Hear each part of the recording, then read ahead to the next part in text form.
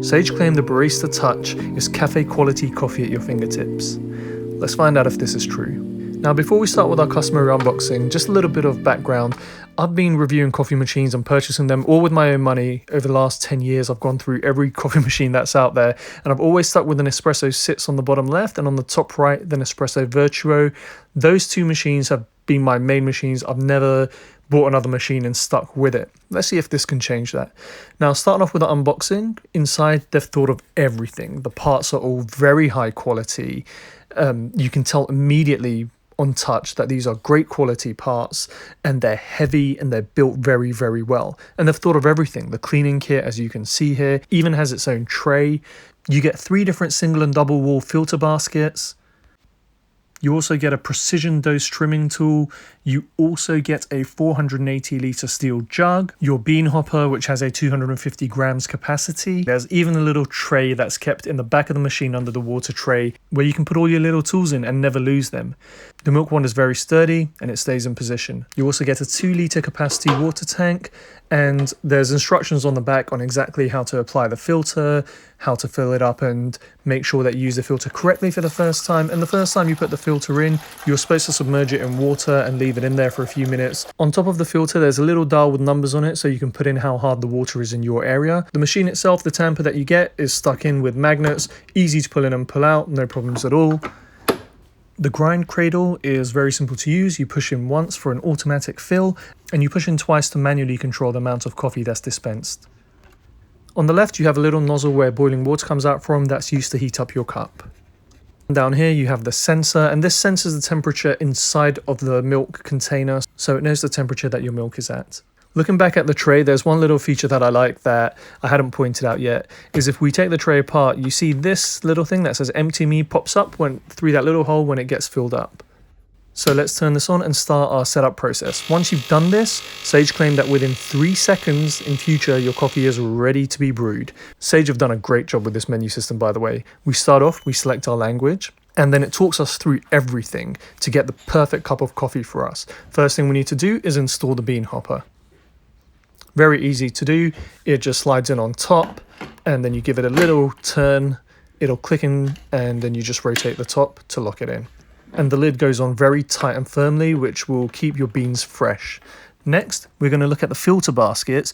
It tells you that there's 2 single wall baskets, 2 dual wall baskets. One set is ideal for fresh whole beans, and the other set is ideal for grounded beans. And the smaller basket is ideal for a single shot, and the larger basket is ideal for a double shot. And next is the water hardness test. So you do get this strip in the kit, and as you can see, it tells us to put in how hard or how soft our water is. Very simple to do. Fill up your jug with water, put in the strip, and depending on how many bars you get turn color, the amount of bars that you put into the actual system itself, and it tells it how hard the water is in your area, so it can compensate accordingly. Next, it goes through a cleaning cycle. Now, I really should have put a bowl underneath this, but yeah, it kind of went everywhere. Next, we're going to put in our coffee beans. I got mine from Marcus Coffee. They do amazing beans.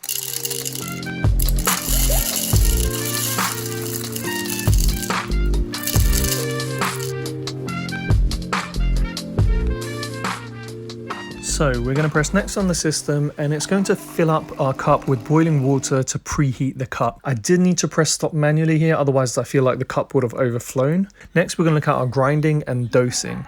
Now, again, it talks you through everything, and in terms of finding the perfect grind for you, you can make it more coarse and more finer, and it has 30 levels of adjustment here, which is just insane. And it's very simple to do. You just tap it in once, and it will give you your grind within 15 seconds. It has a countdown timer as well that you can see on the screen to see how long's left. And once that's done, next it tells us how to do our tamping and our trimming. And next we're going to put the portafilter into the group head in order to get our espresso extraction to be exactly how we want it. One of the issues that I do have with this system is if you're using the tall cup to make a latte, for example, it's a little bit difficult to get your cup into there. Just an issue that I had. I'm sure you can use a different kind of cup if you wanted to, but all of my cups seem to struggle to get under there, which was a little bit annoying. Once we go ahead and we start to extract our first cup of coffee here, it's a good idea to keep a timer in your head on how long this is going to take, because it does ask you afterwards how long it took, and that will tell you how to adjust your grind settings to see if it's extracting too fast or too slow. Again, this thing is foolproof and the menu system is put together so well, you don't even need the instructions or to watch any tutorial videos. As you can see, if it's taken less than 8 seconds, it's too fast. A balanced cup of coffee should take between 8 to 12 seconds.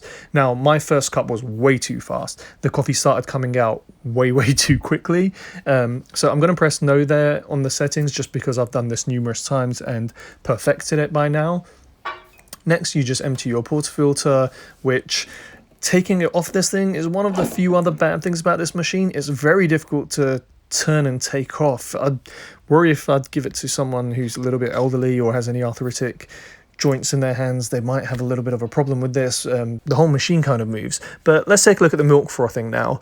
Sage claimed to use microfoaming milking texture, which apparently captures the oils of the coffee beans in the microfoams. But even the milk frothing, it has so much setting here. You can choose how much froth you get, you can choose the temperature of the milk, and you can just adjust it, try different settings and see what you like. And as you can see on the display, it actually tells you the temperature that the milk is currently at, so you can tell how long it's going to take before it reaches the temperature that you want the milk to be at. But going ahead and making my first cup here,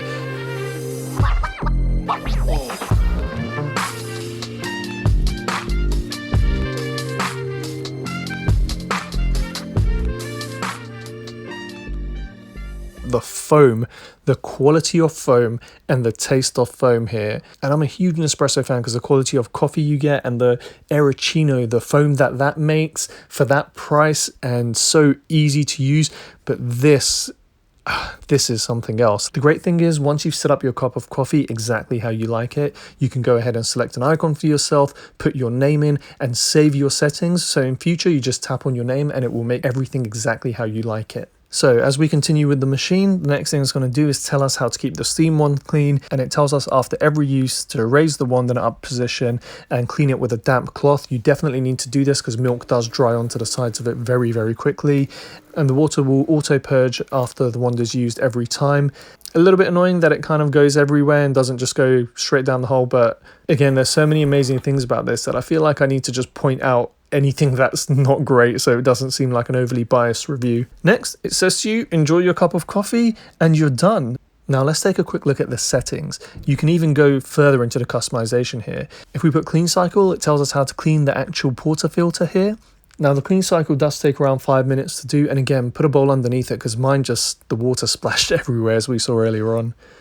Next, let's take a look at another one in the settings, the descaling setting. Now, it does recommend that you descale every 40 litres or every 6 months. To me, that's a little bit quick. I'd get through that pretty quickly. It does come with a few tablets to see you through your first few descalings. Next, if we click on clean the steam wand, it tells us that again, it takes around 5 minutes and will require the pin cleaning tool, which is allocated in the accessory tray. Next, we can set our brew temperature. If you like a really hot cup of espresso, some people I know do, you can go ahead and you can really adjust that here. The level of adjustment here is something that you simply can't find on an espresso machine to this level. You can adjust your screen brightness, your water hardness, your milk temperature again if you want to. So as you can now see, it has this beautiful screen where my camera is really not doing it justice, but it has on there all your favorite drinks, and you can just swipe across and click on one. And remember, you can save your own preferred settings for each one of these drinks, name it, and then just click on that in future. And you can also change each one of these settings on the fly if you want to change your grind setting, your brew size, or your milk temperature or froth settings. So I'm just going to mess about with this a little bit more. If we click long coffee, again, very easy to do. You just put it in, give it a little tap. It knows exactly how much coffee to dispense for you, and it will go ahead and grind it to your preferred settings. And just while it's doing that, I really wanted to say this machine was comparable to an espresso. Again, I think what Nespresso are doing in terms of quality and in terms of price is amazing. But this machine, I really didn't want to overly like this machine. I'm going to be honest, because this machine, when I purchased it, it cost £750 and my Nespresso cost £100. I wanted to say that the coffee was comparable, so in the back of my mind, I don't need to worry. I can just say, yeah, it's okay, it might be a little bit better, but it's not worth paying 7 times the amount for. But it's not even close. The quality of coffee you get from this, I mean, they say that it's cafe quality. I would say it's better than most coffee shops I've been to around my area. Again, saying that, if you take a look at Barista next time you're in your coffee shop, this takes the same level of time and effort from you. So if you do want something that's quick, easy to use, one button, this definitely isn't it. But if you want something that gives you by far the best quality coffee that I've tasted on any machine, and I've been through a ton of machines, then this definitely is it. So whilst I make a few more cups of coffee here just to show you the process, I just want to speak on something in terms of, is this worth replacing my Nespresso machine with? I genuinely wanted this and the Nespresso machine to be close. I figured this would be better. I mean, it cost more than 7 times the price of my £100 Nespresso machine. This is £750. However, keep something in mind. This was £750 when I purchased this a year ago. For some reason, I can't find it for less than £950 now. On Sage's official site, this is now £1,050 at time of making this review. So within the last year, this has gone up in price by £200 to £300 for the exact same machine. I can't quite figure out why, but getting back to my point, when I compare this to my Nespresso, it's not even close, especially when it comes to the milk, the foam that it creates. It's so silky and smooth, and it's just miles apart from the Aeroccino, and even the cup of coffee. The level of customization you get from it is amazing. I currently use the Vertuo. It's one button. You press it, it makes the coffee how it wants you to have the coffee, and that's that. And I'm okay with that. But for people I know, like my wife's father, who loves his espressos to be really, really hot, with this machine, I can adjust it to like level 4 hotness, whereas with a Vertuo or with an Nespresso Citiz, my 2 favorite machines before this, you don't have that level of customization. But again, keep in mind, with an espresso, you press one button, grab your cup of coffee, and you go.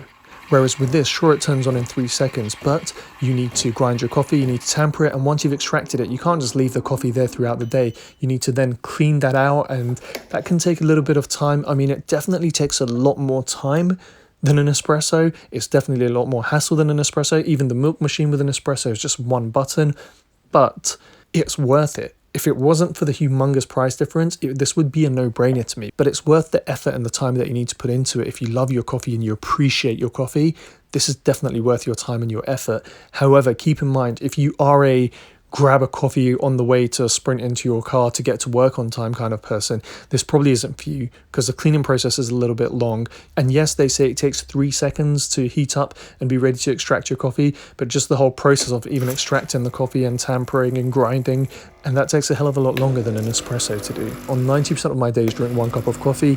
Every now and then I'll drink 2 if I'm desperate or I've had a terrible night's sleep. With this machine, I found myself just looking for any excuse to have more coffee. It was that good. I mean, the only negatives I can think of is the cleaning process is a little bit long. Turning the handle to get the portafilter on and off the machine, it can be very, very stiff to the point where I have to hold the machine. And even though it's so heavy, I have to hold it with one hand to stop it from gliding over the kitchen counter. But this machine brought back the fun of making coffee for me. You know, Nespresso is so easy to use, and I love that about them. But this machine, I found myself even trying to do coffee art and failing pretty miserably, as you can see. Yeah, you know what? I'm going to pretend that is what I was actually going for right there. I mean, that's pretty close, so let's just pretend that's what it is. I mean, one of the only other problems I had with this machine was the grinder cradle is placed in a position where when you rotate the portafilter to take it off, your finger usually jabs straight into the side of the very hard plastic, and sometimes a little bit sharp on the edge plastic here, and that wasn't very pleasant. It usually gets right in between the joint. I didn't really like that. So, and if you hold it from further back, it just causes the whole machine to rotate. That's a little bit annoying, but I mean, I'm just nitpicking here. There's really not that much with this machine that I didn't like. The only other thing I'd say is when it comes to using milk that's not dairy, there are other machines that do a far better job than this machine. There are a lot of Nespresso machines, even the Aeroccino does a better job than this machine. It doesn't really seem to like non-dairy milk, but that's just something I wanted to throw in there for anybody that doesn't really drink dairy milk. So overall, am I going to keep this machine?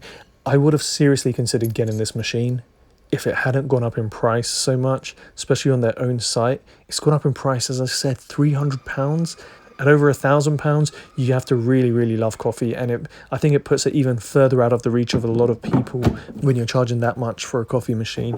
Otherwise, if money is no object, I've tried dozens of machines. I've been reviewing them for over 10 years on YouTube, and I mean, this sits at the absolute top of the pile for me.